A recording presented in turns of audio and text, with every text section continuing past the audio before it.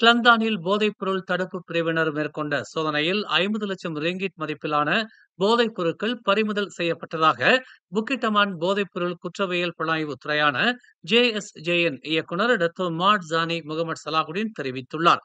கிளந்தானின் தும்பாட், பாசிர்மாஸ் ஆகிய மாவட்டங்களில் மேற்கொள்ளப்பட்ட சோதனை நடவடிக்கையில் ஒரு பெண் உட்பட 6 உள்ளூர் வாசிகள் கைது செய்யப்பட்டிருப்பதாகவும் அவர்களிடமிருந்து போதைப்பொருள் உட்பட தங்க நகைகளையும் கைபேசிகளையும் சொகுசு வாகனங்களையும் பறிமுதல் செய்துள்ளதாகவும் டத்தோ மாட் ஜானி முகமது சலாகுடீன் கூறினார். கால்நடைகள் வளர்க்கும் தளமாக செயல்பட்டு வந்த இரு தளங்களும் போதைப் பொருட்களை பதுக்கி வைக்கும் தளமாக பயன்படுத்தப்பட்டு வந்ததாகவும் கைது செய்யப்பட்ட அனைவரும் 25 வயது முதல் 39 வயதினர் என்றும் மாட்டுச் சாணத்திற்கு அடியில் போதைப் பொருட்களை பதுக்கி வைத்திருந்ததாகவும் தெரிவிக்கப்பட்டுள்ளது.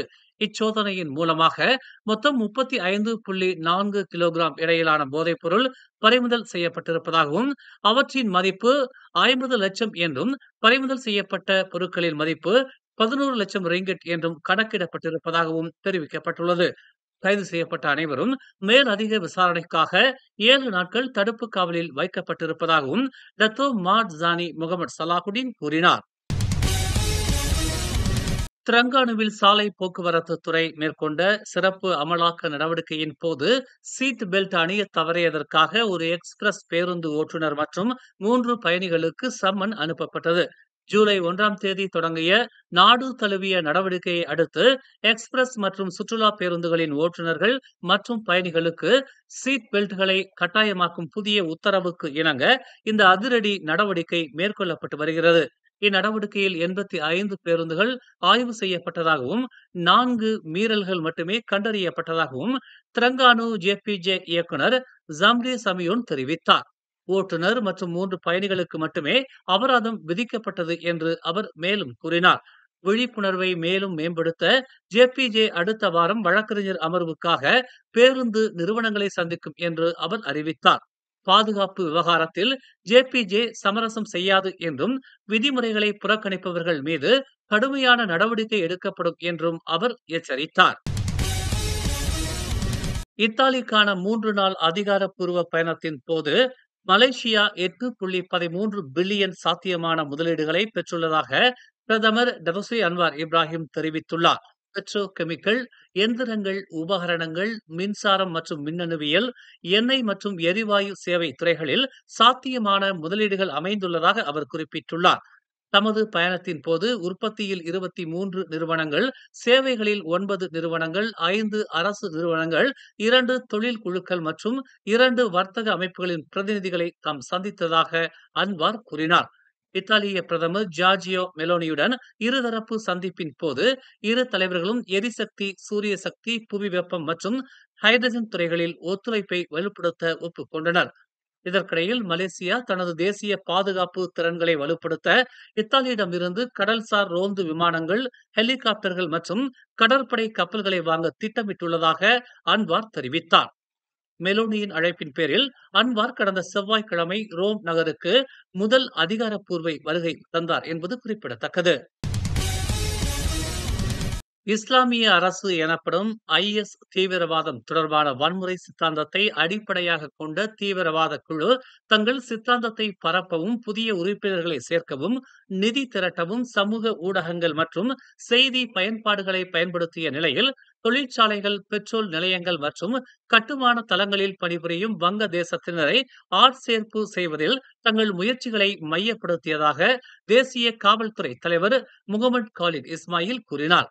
தீவிரவாத மற்றும் அதன் சித்தாந்தத்தை பரப்புவதற்கும், அதிக உறுப்பினர்களை ஈர்ப்பதற்கும் அவர்கள் சமூக ஊடகங்களை ஒரு தளமாக பயன்படுத்தியது தெரிய வந்துள்ளதாக அவர் தெரிவித்தார். தங்களின் பிரச்சாரத்தை பரப்புவதற்கும், சத்திய பிரமாண விழாக்கள் மற்றும் மத ஆய்வு அமர்வுகள் உட்பட ரகசிய நடவடிக்கைகளை ஒழுங்கமைப்பதற்கும் அவர்கள் வாட்ஸ்அப் மற்றும் டெலிகிராமையும் விரிவாக பயன்படுத்தியதாக புக்கிட்டமானில் நடந்த செய்தியாளர்கள் சந்திப்பில் அவர் இதனை தெரிவித்தார். மலேசிய குடிமக்களுக்கான விசா விலக்குகளை மறுபரிசீலனை செய்யுமாறு பிரதமர் டதஸ்ரீ அன்வார் இப்ராஹிம் கனடா பிரதமர் மார்க் கார்னியை தொடர்பு கொண்டு வலியுறுத்தியுள்ளார். தற்போது சுற்றுலா, படிப்பு அல்லது வேலைக்காக கனடாவுக்கு செல்ல மலேசியர்களுக்கு விசா தேவைப்படுவது குறிப்பிடத்தக்கது. மக்களிடையேயான தொடர்புகளை மேம்படுத்தவும், பரந்த பலதரப்பு பரிமாற்றங்களை வளர்க்கவும், மலேசியாவின் விசாவை மற்ற காமன்வெல்த் நாடுகளுடன் இணைப்பதன் முக்கியத்துவத்தை அன்வார் எடுத்துரைத்தார். பாரிஸுக்கு அதிகாரப்பூர்வ விஜயம் செய்தபோது தமது எக்ஸ் பதிவில் அவர் இதனை பகிர்ந்து கொண்டார். கனடாவில் லிபரல் கட்சியின் அண்மைய தேர்தல் வெற்றிக்காக அன்வார் கார்னியை வாழ்த்தினார். கடந்த மாதம் ஆன்லைன் வணிக முதலீட்டு திட்டத்திற்கு பலியாகி உணவு வர்த்தகர் ஒருவர் 6 லட்சம் ரிங்கிட்டுக்கும் அதிகமான தொகையை இழந்துள்ளார். 50 வயதுடைய பாதிக்கப்பட்டவரிடமிருந்து நேற்று பிற்பகல் 1:17 மணிக்கு புகார் கிடைத்ததாக நீலாய் காவல்துறை தலைவர் அப்துல் மாலிக் ஹசீம் கூறினார்.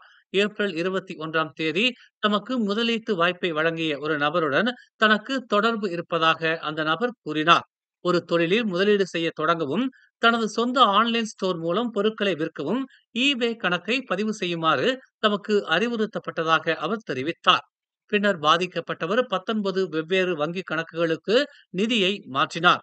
மொத்தம் 6,77,890 ரிங்கிட்டை 43 பரிவர்த்தனைகள் மூலம் அவர் மேற்கொண்டிருப்பதாக மாலிக் நேற்று இரவு ஒரு அறிக்கையில் தெரிவித்தார்.